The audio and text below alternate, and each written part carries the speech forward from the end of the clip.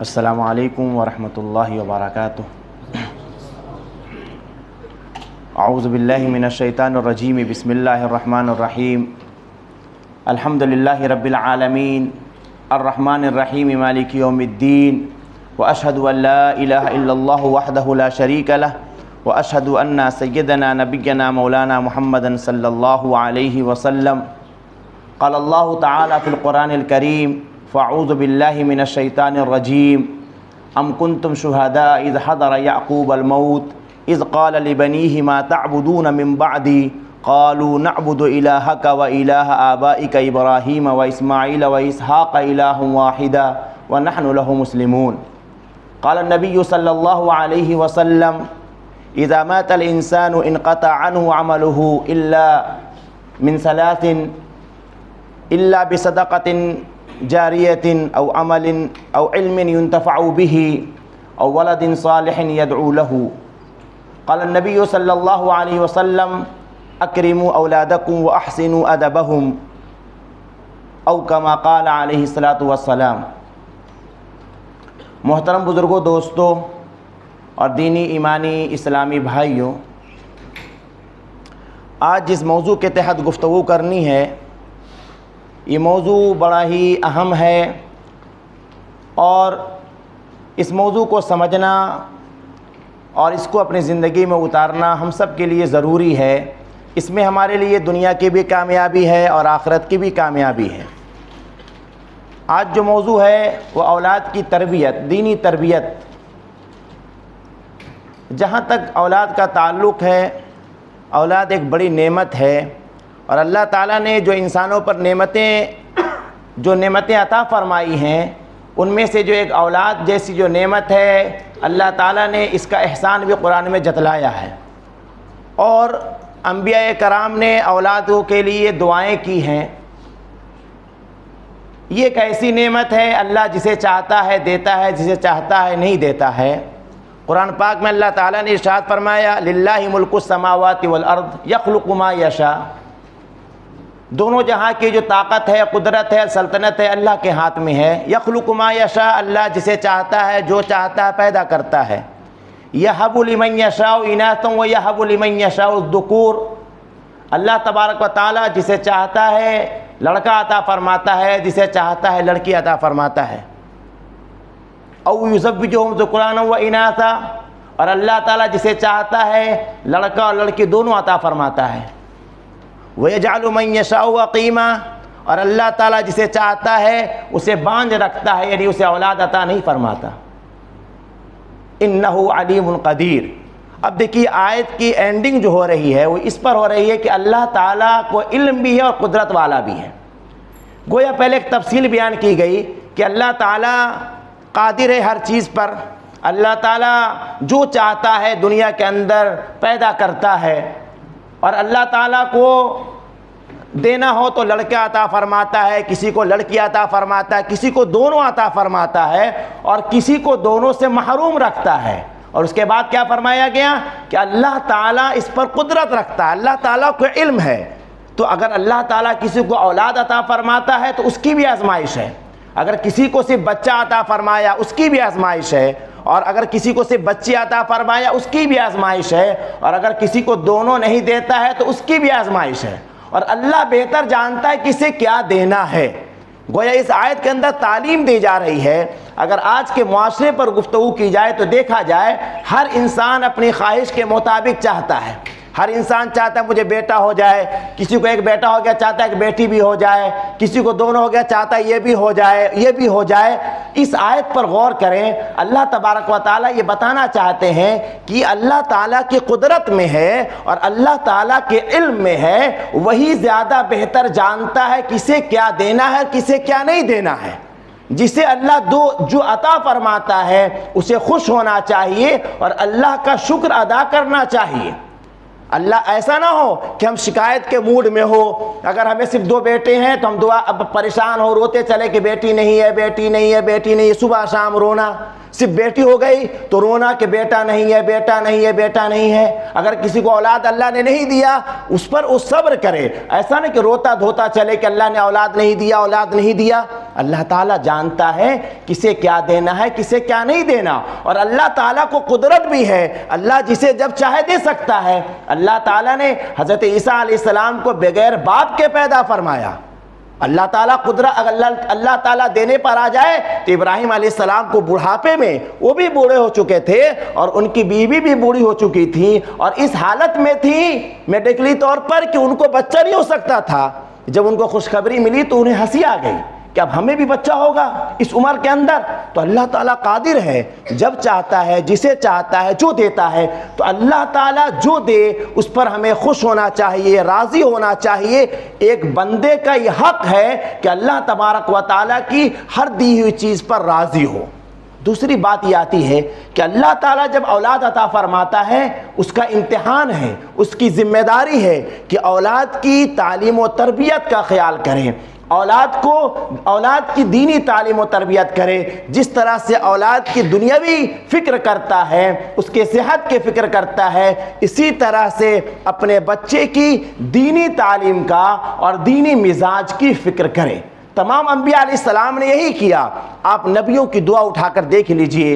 ابراہیم علیہ السلام نے دعا کی، رب ہب لی من الصالحین، اے اللہ مجھے نیک اولاد عطا فرما۔ نیک اولاد کی دعا کیا کرتے تھے، وہ اولاد جو اللہ کو پہچاننے والی ہو، وہ اولاد جو اللہ کی بات ماننے والی ہو۔ حضرت زکریا علیہ السلام نے دعا کی، رب ہب لی من لدنک ذریۃ طیبہ انک سمیع الدعاء۔ ان کی دعا ہے کہ اللہ تعالیٰ نیک اولاد، پاک صاف، اچھی، سمجھدار، جس کے دل و دماغ کے اندر اللہ کے خوف ہو، ایمان ہو اور اللہ کے راستے پر چلنے والی اولاد ہو، وہ عطا فرما۔ تمام انبیاء کی دعا ہے۔ ہمارا حال کیا ہوتا ہے؟ جو لوگ جن کے اولاد نہیں ہوتی صرف اولاد کی دعا کرتے ہیں، بس بچہ ہو جائے، بس لڑکا ہو جائے، اولاد ہو جائے، اولاد ہو جائے۔ یہ انبیاء کی سنت ہے۔ نبی تمام جو انبیاء جن کو اولاد کی ضرورت تھی، اور اولاد بڑی نعمت ہے، انبیاء نے دعائیں کی ہیں اس کے لیے، اور اللہ تبارک و تعالیٰ سے نیک اور صالح اولاد کی دعا کی ہے۔ اس کے اندر ایک تعلیم ملتی ہے کہ اگر اللہ نے ہمیں اولاد عطا فرمایا تو ان کی نیک اور صالح تربیت ہمارے اوپر فرض اور ذمہ داری ہے کہ ہم ان کی اچھی تربیت کریں، جس سے ہمارے بچے اللہ کو پہچاننے والے بن جائیں، نبی کو پہچاننے والے بن جائیں، اللہ کے راستے پر چلنے والے بن جائیں۔ محمد رسول اللہ صلی اللہ علیہ وسلم تمام نبیوں کے امام ہیں، تمام نبیوں سے بڑے ہیں، بڑا مقام و مرتبہ آپ کا ہے۔ آپ صلی اللہ علیہ وسلم کی تعلیم و تربیت پر دھیان دیجئے۔ ایک مرتبہ اللہ کے نبی صلی اللہ علیہ وسلم بیٹھے ہوئے تھے اور آپ کے نواسے حضرت حسن حضرت حسین رضی اللہ تعالیٰ عنہ بیٹھے ہوئے ہیں۔ اللہ کے نبی کے پاس صدقے کی کوئی چیز آتی ہے، دونوں بچے ہیں، اٹھا کر کھا لیتے ہیں۔ اللہ کے نبی کہتے ہیں نکالو، ان کے منہ سے نکالتے ہیں اور کہتے بیٹا یہ صدقہ ہے ہمارے جیسے خاندان پر، یعنی نبی کے یعنی جو سید ہیں ہمارے اوپر صدقہ کھانا جائز نہیں ہے، ان کو نکلوا دیتے ہیں۔ آپ غور کیجئے، دونوں بچے ہیں، چھوٹے ہیں، اللہ کے نبی اتنے بڑے نبی ہیں، اب ان کی تربیت پر دھیان دیجئے۔ بچہ جہاں حدود سے آگے بڑھتا ہے اللہ کے نبی آگے بڑھ کر بچے کو اس کام سے روکتے ہیں۔ ہمارا بچہ فلم دیکھ رہا ہے، غلط سنگتوں میں بیٹھا ہوا ہے، ماں باپ کو پتہ ہے، وہ سوچتے ابھی چھوٹا ہے، بڑا ہوگا تو بتائیں گے، بڑا ہوگا تو سمجھائیں گے، لیکن جب بچہ بڑا ہوتا ہے پھر ماں باپ کو آنکھ دکھانے لگتا ہے۔ کیوں؟ کیونکہ جو تعلیم و تربیت کا جو وقت تھا ہم نے اس وقت کو گنوا دیا۔ آپ نبی صلی اللہ علیہ وسلم کی زندگی دیکھیے۔ عبداللہ بن عباس رضی اللہ تعالیٰ عنہ فرماتے ہیں کہ میں چھوٹا تھا اور میں نبی پاک علیہ السلام کے ساتھ اونٹ پر پیچھے بیٹھا ہوا تھا۔ جب ہم لوگ سفر پر نکلے تو نبی پاک علیہ السلام نے فرمایا کہ بیٹے میں تمہیں کچھ چیز سکھلاتا ہوں، تعلیم دیتا ہوں، تم اسے یاد رکھنا۔ عبداللہ بن عباس رضی اللہ تعالیٰ عنہ فرماتے ہیں کہ پیارے نبی صلی اللہ علیہ وسلم نے ارشاد فرمایا بچے تم اللہ کے حدود کا خیال رکھنا، اللہ کے حدود کی حفاظت کرنا، اللہ تعالیٰ تمہاری حفاظت کرے گا۔ اے بچے تمہیں جو بھی مانگنا ہو اللہ سے مانگنا، اے بچے تمہیں جیسی مدد چاہیے ہر مدد کے لیے اللہ کے سامنے ہاتھ اٹھانا، اللہ کے علاوہ کسی کے سامنے ہاتھ مت پھیلانا۔ اے بچے یاد رکھو، پوری دنیا تمہیں اگر فائدہ پہنچانا چاہے اور اللہ تعالیٰ نے فائدہ نہ پہنچانے کا ارادہ کر لیا، پوری دنیا تمہاری مدد نہیں کر سکتی۔ اے بچے سنو، اگر پوری دنیا تمہارے خلاف ہو جائے اور اللہ تعالیٰ تمہارا بھلا چاہے، پوری دنیا اس کو بھلائی سے نہیں روک سکتی۔ اللہ کے نبی نے عقیدے کی تعلیم دی۔ عبداللہ ابن عباس چھوٹے ہیں، اللہ کے نبی کا مقام دیکھیے، تمام نبیوں کے امام ہیں، لیکن چھوٹے بچے کو عقیدے کی تعلیم دے رہے ہیں، بچے کے عقیدے کو مضبوط کر رہے ہیں کہ بچہ جب بڑا ہو جائے، اس پر حالات کیسے بھی گزر جائیں، اس کا سر کبھی جھکے تو اللہ کے سامنے جھکے، اس کا ہاتھ اٹھے تو اللہ کے سامنے اٹھے۔ ہر ماں باپ پر فرض ہے کہ اپنے بچے کی ایسی تعلیم و تربیت کریں، ان کے عقیدے کو مضبوط کریں۔ اللہ کی پہچان، نبی کی پہچان اور اسلام کی تعلیمات اپنے بچوں کو گھونٹ کر پلانا ہر ماں باپ کی ذمہ داری ہے۔ اور پہلے کے لوگ، انبیاء علیہ السلام، صحابہ کرام یہی کیا کرتے تھے، تابعین یہی کیا کرتے تھے۔ افسوس ہے ہم دنیا کی ریل پیل میں، دنیا کمانے کے چکر میں اور دنیا کی ترقی میں ہم نے آخرت کو بھلا دیا، اور آخرت کو بھلانے کے ساتھ ساتھ ہم نے اپنے بچوں کی تربیت کو بھی بھلا دیا۔ امام ابن ربیعۃ الرائے مدینے کے بڑے امام ہیں، تابعی میں سے ہیں۔ ان کے والد جن کا نام فاروق تھا، وہ بڑے مجاہد، شادی ہوئی، ابھی کچھ دن گزرا کہ مدینے میں اعلان ہوا کہ فلاں جگہ پر جہاد کے لیے نکلنا ہے۔ امام ربیعہ کے والد جہاد میں نکل گئے، ان کے پاس 27 یا 30 ہزار درہم پیسہ تھا، انہوں نے اپنی بیوی کو دے دیا، کہا کہ یہ پیسہ رکھو، اور ان کی بیوی حاملہ تھی،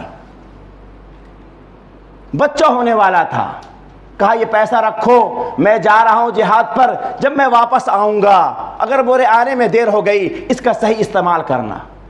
آج کی عورت ہوتی زمین خرید لو، زیور خرید لو، گھر خرید لو، بچے کا فیوچر میں کام آئے گا، دنیا کے بارے میں، کیونکہ یہ ماحول ہم نے ایسا بنا رکھا ہے۔ ان کی کمی نہیں ہے، بچی ہماری چھوٹی ہے، اس کی تربیت کیسی کرنی ہے ہماری ذمہ داری ہے۔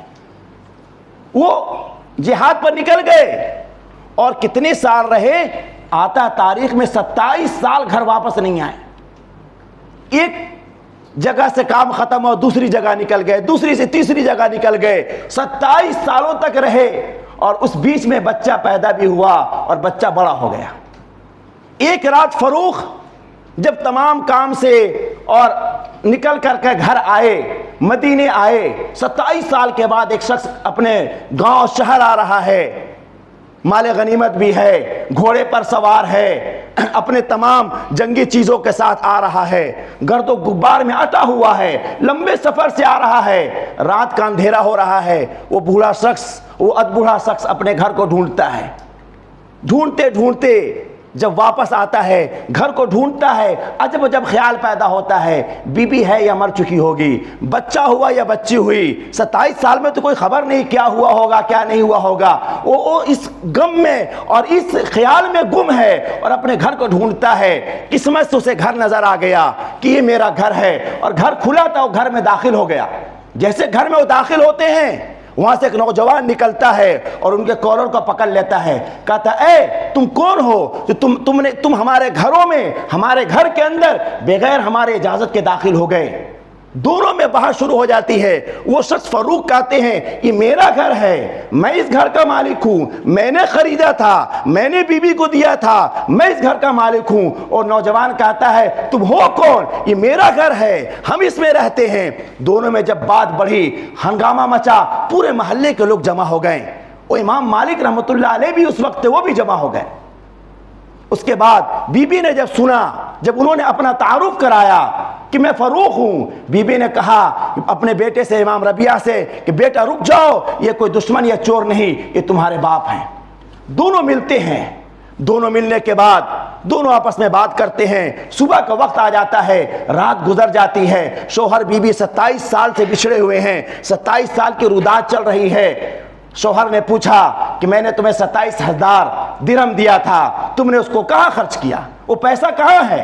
بی بی نے کہا آپ اطمینان کر لیں، صبح کا وقت ہونے والا ہے، مسجد جائیے، نماز پڑھیے، نماز پڑھ کر واپس آئیے، آپ کے پیسے کا حساب دے دوں گی۔ شوہر کچھ اور پیسہ اس کے پاس تھا، اسے بھی دے دیتا ہے، کہتے ہیں ٹھیک ہے میں نماز پڑھ کر آتا ہوں، تم حساب دے دینا۔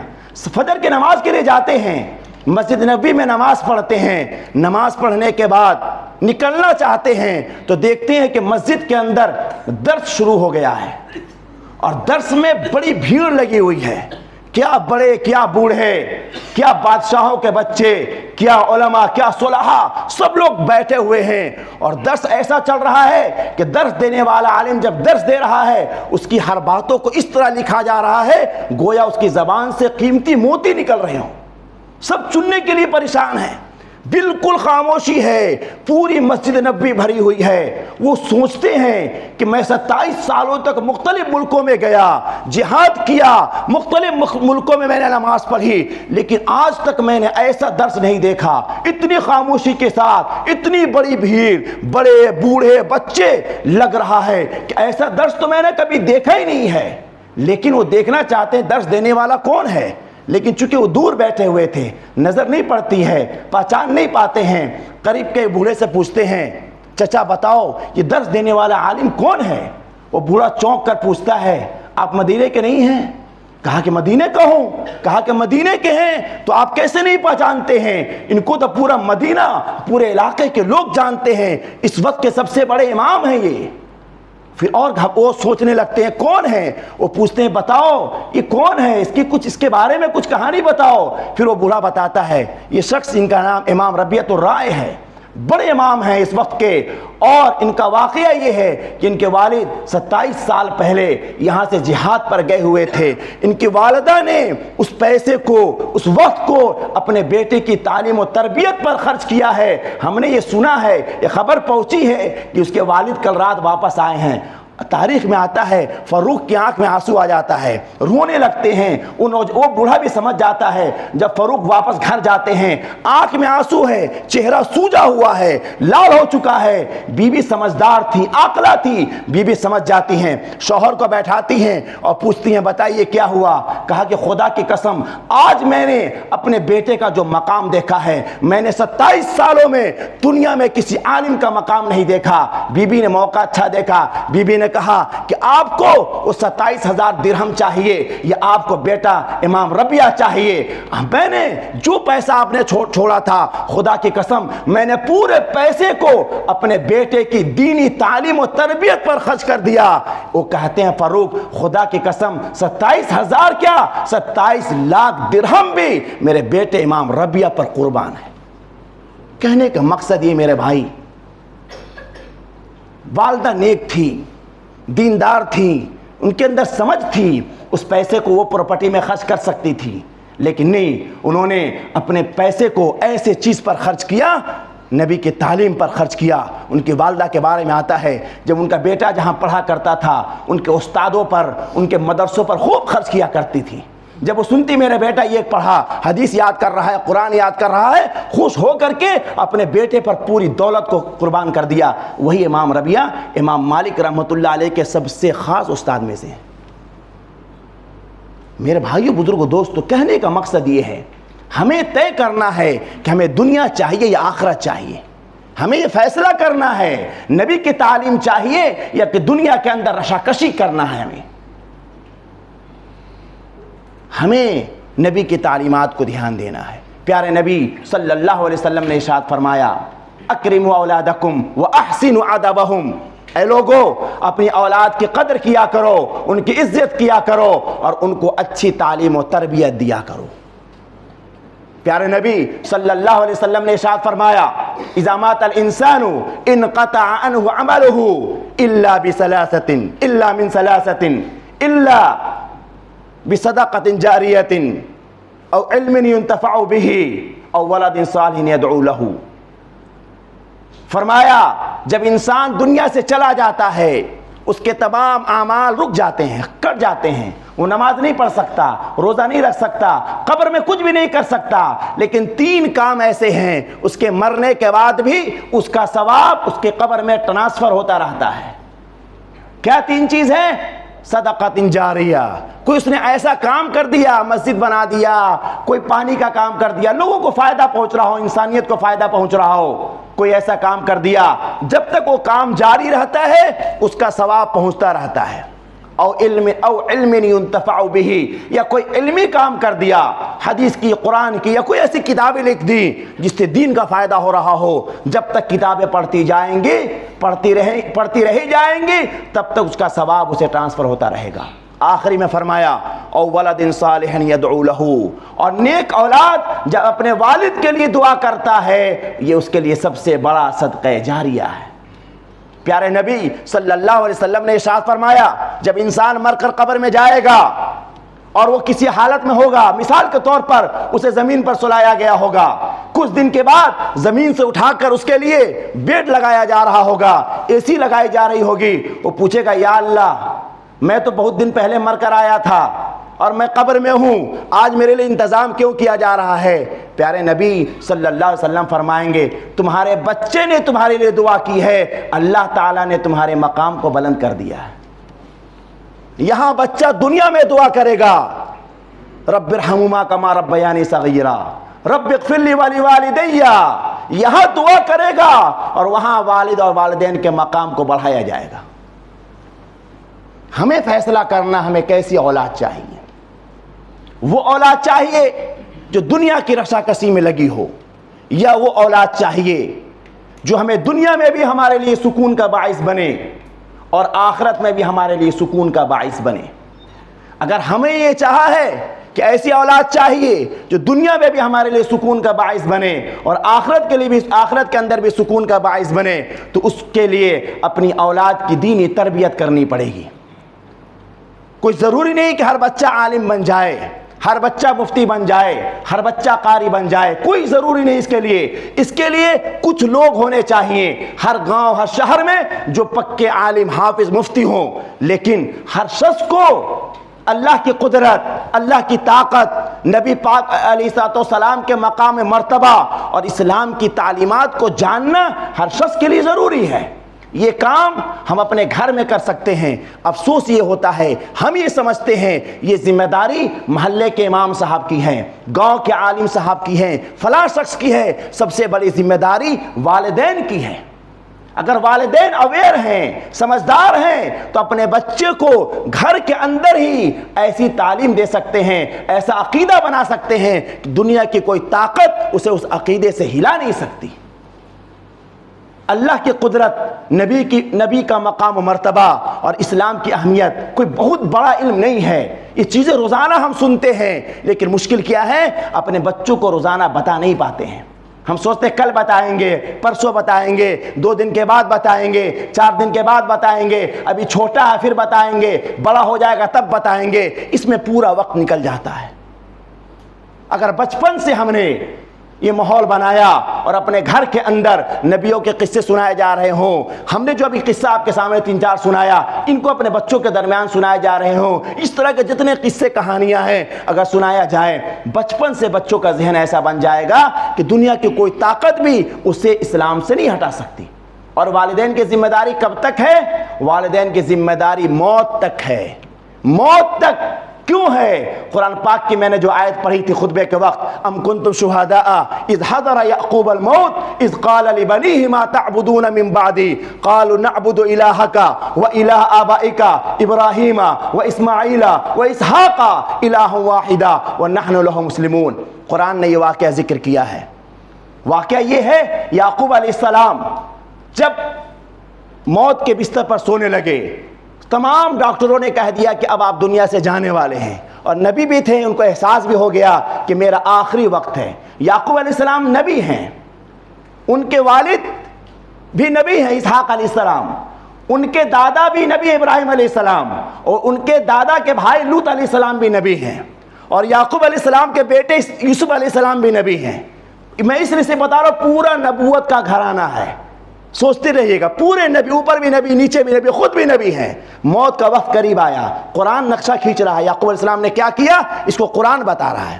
ام کنتم شہداء اذ حضر یعقوب الموت اذ قال لبنیہ، تب بچوں کو جمع کیا، سب بچوں کو بلایا. اب یقین ہو گیا موت آنے والی ہے، سب بچوں کو جمع کیا. اذ قال لبنیہ ما تعبدون من بعدی، بچوں سے کیا پوچھا؟ اے میرے بچوں، میرے جانے کے بعد تم کس کی عبادت کرو گے؟ میرے جانے کے بعد تم کس کی پرستش کرو گے؟ کس کے سامنے سر جھکاؤ گے؟ کس کے سامنے ہاتھ اٹھاؤ گے؟ غور کیجئے، نبیوں کا گھرانہ ہے، اوپر بھی نبی، باپ بھی نبی، چچا اسماعیل علیہ السلام بھی نبی، دادا ابراہیم علیہ السلام، لوط علیہ السلام، سب نبی ہیں. ہمارے بچے کہیں گے کہ پاگل ہو گیا ابا، مرنے کا ٹائم یہ سب پوچھ رہے ہیں. ہم نماز پڑھتے ہیں، روزہ رکھتے ہیں، رمضان میں جمعے میں امام صاحب کی تقریر سنتے ہی ہیں، ہم کو تو پتہ ہے کس کی عبادت کرنی ہے. لیکن ایک ماں باپ کی ذمہ داری ہے مرنے سے پہلے یہ شیور کر جائے کہ میرے بچے کا دین کیا ہے، میرے بچے کا عقیدہ کیا ہے.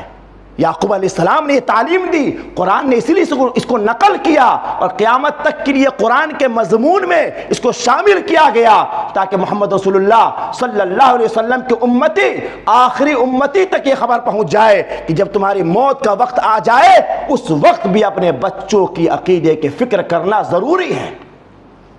تعلیم اچھی تھی، اچھا سمجھایا تھا بچوں کو. جیسے پوچھا ما تعبدون من بعدی، فوراً جواب آیا قالوا نعبد الہک و الہ آبائک ابراہیم و اسماعیل و اسحاق الہ واحدا. آپ گھبرائیے مت والد صاحب، آپ نے مجھے اچھی تعلیم دی ہے، آپ بالکل آرام سے جائیے. آپ کے جانے کے بعد ہم آپ کے باپ ابراہیم، اسماعیل، اسحاق، ہم تمام ان انبیاء کے راستے پر چلیں گے، الہ واحدہ، ایک اللہ کی پرستش کریں گے، وَنَحْنُ لَهُ مُسْلِمُونَ، اور ہم مسلمان ہو کر رہیں گے. میرے بھائیو، بزرگوں، دوستو، یہ ہماری بھی ذمہ داری بنتی ہے اپنے بچوں کو ایسی تعلیم و تربیت دیں. عمر کے کسی حصے میں ہم ہوں، ہمیشہ اپنے بچوں کی ایمانی تعلیمات کو جانچتے رہیں، پرکھتے رہیں. دنیا تیزی سے بدل رہی ہے، دنیا کے اندر مختلف مسائل آ چکے ہیں، ان مسائل میں ہمارے بچے گم ہو جاتے ہیں. پیارے نبی صلی اللہ علیہ وسلم نے ارشاد فرمایا ایک زمانہ ایسا آئے گا صبح میں لوگ مسلم ہوں گے، شام میں کافر ہو کر کے مریں گے، شام میں مسلمان ہوں گے، صبح کافر ہو کر کے مریں گے. میرے بھائیو، بزرگوں، دوستو، ہم جتنے اپنے بچوں کی فیوچر کے فکر کرتے ہیں، جو فیوچر ہمیں پتہ بھی نہیں، ہم اپنے بچے کو ڈاکٹر بنا رہے ہیں، ہمیں نہیں معلوم کہ وہ ڈاکٹر مکمل کرے گا یا اس سے پہلے دنیا سے چلا جائے گا. کرنا چاہیے، اس پر محنت کرنی ہے، لیکن اس سے کہیں زیادہ محنت اس کے آخرت کی تیاری پر کرنی ہے. بالکل دنیا کا ہر وہ کام کیجئے جو جائز ہے، ضروری ہے، کرنا چاہیے. اللہ نے، اللہ کے نبی نے منع نہیں فرمایا، لیکن اس کے کرتے کرتے ایسا نہ ہو کہ ہم صرف بچوں کو پیسہ کمانے کی مشین بنا دیں، صرف پیسہ کمانے کی مشین بنا دیں. اس کے سامنے بس صرف یہ ہو کہ ایگزام پاس کرنا ہے، یہ نوکری کرنی ہے، یہ نوکری کرنی ہے، دیکھو تمہارا کزن یہاں نوکری کرتا ہے، دیکھو ہم نے اتنی محنت کی، ہم نے اتنا اسٹرگل کیا. زندگی بھر والدین اپنا اسٹرگل سناتے رہتے ہیں، اپنی کامیابی کے گن گاتے رہتے ہیں، لیکن بچے کے ایمان کی جانچ نہیں کرتے. اس کی صحت کی فکر کرتے ہیں کہ بچے کی صحت خراب نہ ہو جائے، دوڑ کر ڈاکٹر کے پاس جاتے ہیں، بخار آ گیا ڈاکٹر کے پاس، سر درد ہے ڈاکٹر کے پاس، لیکن بچے کی ایمان میں کمی آ رہی ہے، اس کو کیسے سدھارنا ہے، اس ڈاکٹر کے پاس نہیں جاتے ہیں. تو میرے بھائیو، بزرگوں، دوستو، وقت ختم ہونے والا ہے. تربیت کیسے کرنی ہے چند منٹ میں بات کو رکھوں گا. اتنی بات آپ کے سامنے میں نے رکھی. تربیت کا سب سے آسان طریقہ ہے کہ والدین خود کریں، اس کے ساتھ ساتھ قریبی جو بھی مکتب مدرسہ ہو اپنے بچوں کو وہاں بھیجیے. کم سے کم 10 تک روزانہ آدھا گھنٹہ بچہ جائے. 5 سے شروع ہو، کلاس 5 سے شروع کریں، کم سے کم 10 تک بچہ روزانہ آدھا 1 گھنٹہ جائے. اس کے بعد جب بچہ قرآن کو پڑھ لے، حدیث کو پڑھ لے، مسئلے مسائل کو جان جائے، اس کے بعد بچوں کو یہ تنبیہ کریں کہ پوری زندگی کم سے کم ہفتہ واری پروگرام میں شرکت کریں. اس کو ضروری بنائیے. یہ غذا ہے روح کی. جس طرح جسم کی غذا کھانا پانی ہے، جسم کی غذا ڈرائی فروٹ ہے، فروٹس ہیں، اسی طرح روح کی غذا اللہ کا ذکر ہے، قرآن کی تعلیم ہے، دینی مجلسیں ہیں، یہ روح کی غذا ہے۔ جس طرح اگر ہم کھانا نہ کھائیں، پانی نہ پئیں، فروٹس نہ کھائیں تو ہمارا جسم کمزور ہو جائے گا، اسی طرح اگر ہم دین سے دور ہوں گے تو ہماری روح کمزور ہو جائے گی، روح کا تعلق اللہ سے ٹوٹ جائے گا۔ تو جس طرح اپنے بچوں کی جسم کی صحت کے فکر کرتے ہیں، گزارش آپ سے ہے اپنے بچوں کے روح کی صحت کے بھی فکر کریں، ان کی روح کو زندہ رکھنا ہے، اسے تر و تازہ رکھنا ہے۔ تو اپنے بچوں کو نماز، تلاوت، قرآن، دینی مجالس، اللہ کا ذکر، حج و عمرہ، ان تمام چیزوں کی تعلیم دینا ضروری ہے۔ اگر ہم نے یہ کام کر لیا تو دنیا بھی ہماری کامیاب ہے اور آخرت بھی ہماری کامیاب ہے۔ ہم قبر میں ہوں گے، بچہ جب بھی ہاتھ اٹھا کر دعا کرے گا اللہ تعالی ہمارے درجات کو بلند کرے گا۔ جس طرح سے والد کی دعا بچے کے حق میں قبول ہوتی ہے، اسی طرح بچے کی دعا بھی والد کے حق میں قبول ہوتی ہے۔